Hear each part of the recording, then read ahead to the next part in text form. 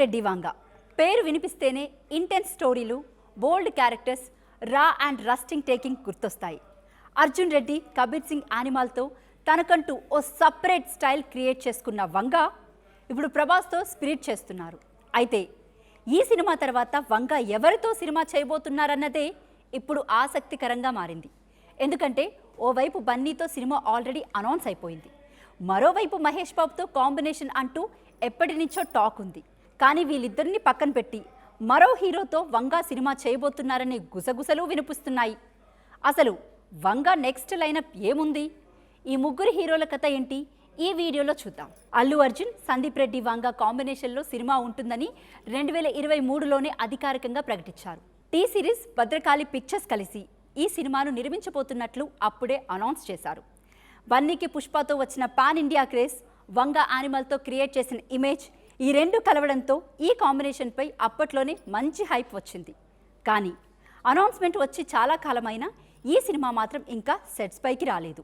దీనికి కారణం ఇద్దరిది వరుస కమిట్మెంట్లేనని సన్నిహిత వర్గాలు చెబుతున్నాయి. పుష్ప 2 తర్వాత బన్నీ అట్లీతో రాకా ప్రాజెక్ట్లోకి వెళ్లారు. లోకేష్ కనకరాజ్తో కూడా మరో సినిమా లైన్లో ఉంది. వంగ మాత్రం ప్రభాస్తో స్పిరిట్ పనుల్లో బిజీగా ఉన్నారు. దీంతో బన్నీ వంగ సినిమా కాస్త వెనక్కి వెళ్ళింది. అయితే ప్రాజెక్ట్ క్యాన్సిల్ కాలేదనే టాక్ ఉంది. ఇద్దరి కమిట్మెంట్స్ పూర్తయ్యాక ఈ సినిమా ముందుకు వెళ్లే ఛాన్స్ ఉంది.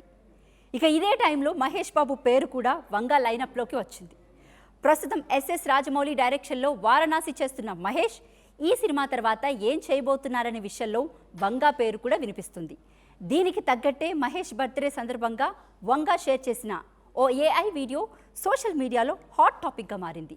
సూపర్ స్టార్ కృష్ణ నటించిన ఓ పాత సీన్ను తీసుకొని అందులో మహేష్ను రెట్రో మాస్ లుక్లో చూపించారు వంగ. దానికి మహేష్ కూడా రియాక్ట్ అవ్వడంతో వీళ్ళిద్దరి కాంబినేషన్పై మరోసారి గుసగుసలు మొదలయ్యాయి. అయితే ఈ ప్రాజెక్ట్పై మాత్రం ఇప్పటి వరకు ఎలాంటి అధికారిక ప్రకటన రాలేదు. ఇంతలోనే సందీప్ రెడ్డి వంగ బ్రదర్ నిర్మాత ప్రణయ్ రెడ్డి వంగ చేసిన కామెంట్స్ ఈ మొత్తం లైనప్ పైనే మరోసారి ఆసక్తికరంగా మార్చాయి.